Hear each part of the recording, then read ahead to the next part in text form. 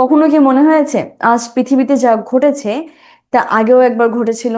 যুদ্ধের দামামা, মহামারী কিংবা কোনো নেতার উত্থান। ইতিহাস কি সত্যি নিজেকে পুনরাবৃত্তি করে, নাকি আমরাই বারবার একই ভুল করি? বিখ্যাত লেখক মার্ক টোয়েন একবার বলেছিলেন, ইতিহাস নিজেকে হুবহু পুনরাবৃত্তি করে না, তবে সে একই সুরে তাল মেলায়। আপনি যদি একটু ভালো করে ইতিহাস দেখেন তাহলে দেখবেন যে প্রতি 100 বছর পর পর পৃথিবী এক ভয়াবহ মহামারীর মুখোমুখি হয়েছে। 1720 সালে ইউরোপ কাঁপিয়ে দিয়েছিল the great plague of Marseille.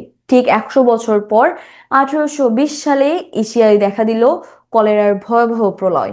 আর তারও ঠিক 100 বছর পর 1920 সালে স্প্যানিশ ফ্লু কেড়ে নিয়েছিল কোটি কোটি মানুষের প্রাণ। আর আমাদের এই প্রজন্মে 2020 সালে আমরা দেখলাম কোভিড-19-এর থাবা। এটা কি নিছকই গাণিতিক কাকতালীয় ঘটনা, নাকি প্রকৃতি প্রতি 100 বছর পর পর নিজের ভারসাম্য বজায় রাখার জন্য একটি নির্দিষ্ট প্যাটার্ন অনুসরণ করে? সেই রহস্য আজও অমীমাংসিতই রয়েছে।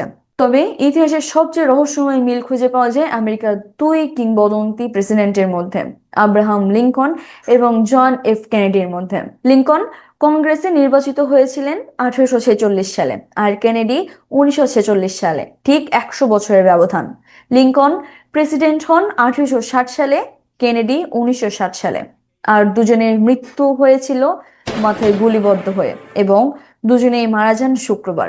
এমনকি যে থিয়েটারে লিঙ্কন মারা যায় তার নাম ছিল ফোর্ড, আর কেনেডি যে গাড়িতে মারা যান তার নামও ছিল ফোর্ড। এই অদ্ভুত সমান্তরাল জীবন দেখলে মনে হয় এই মহাবিশ্ব কোনো এক মাস্টার স্ক্রিপ্ট অনুযায়ী পরিচালিত হচ্ছে। আবার ব্যক্তিগত জীবনের বাইরে যদি যুদ্ধের ইতিহাস দেখি, তাহলে আমরা দেখব কিভাবে মানুষের ইগো আর অহংকার তাকে দিয়ে বারবার একই ভুল করায়। 1812 সালে নেপোলিয়ন বোনাপার্ট অজেয় বাহিনী নিয়ে রাশিয়া আক্রমণ করেছিলেন, কিন্তু রাশিয়ার তীব্র শীত আর বিশাল ভৌগোলিক দূরত্বের কাছে তার পতন ঘটে।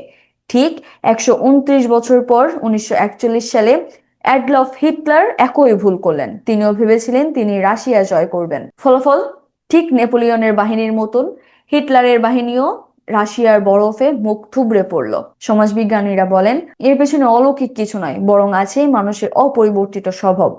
মানুষের লোভ, ভয়, ঘৃণা এবং ক্ষমতার আকাঙ্ক্ষা গত কয়েক হাজার বছরেও এক বিন্দুও বদলায়নি। প্রযুক্তি বলছে আমরা তলোয়ার ছেড়ে ড্রোন নিয়ে এসেছি, কিন্তু মানুষের মনস্তত্ত্ব একই রয়ে গেছে। ইতিহাস আমাদের দেখায় যে আমরা যদি আমাদের পূর্বপুরুষদের ভুল থেকে শিক্ষা না নিই, তবে আমাদেরও এই একই পরিণাম ভোগ করতে হবে।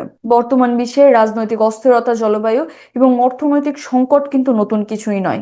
এখন প্রশ্ন হচ্ছে, আমরা কি এই চক্রটি ভাঙতে পারবো, নাকি 100 বছর পর কোনো প্রজন্ম আমাদের সময়টাকে দেখিয়ে বলবে, দেখো ওরা ঠিক একই ভুল আবার করেছিল।